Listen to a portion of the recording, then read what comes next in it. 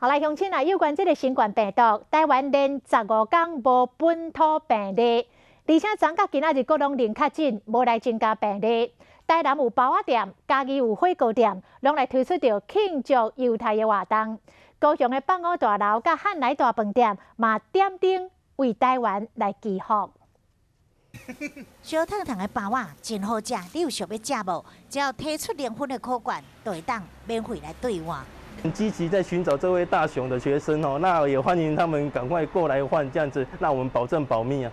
进入创业庆祝方式，就是要大家伫防疫外，卖当轻松一下。同款伫嘉义这间火锅店，想要享受这盘龙虾，真简单。那名字谐音有30加0时钟英文的部分。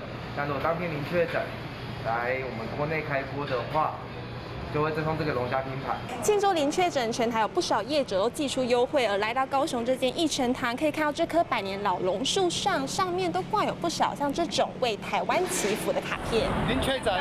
日落暗，高雄地标放屋大楼嘛看到庆祝零确诊，若是汉来大饭店有点这个安的字，祝福台湾拢会当平安。身为中华民国的国民，我们觉得很高兴。就较安心了呢。本土案例维持15天拢挂零，南部卖酒的业者用无同的方式来庆祝，扫除台湾陷入疫情危机的阴霾。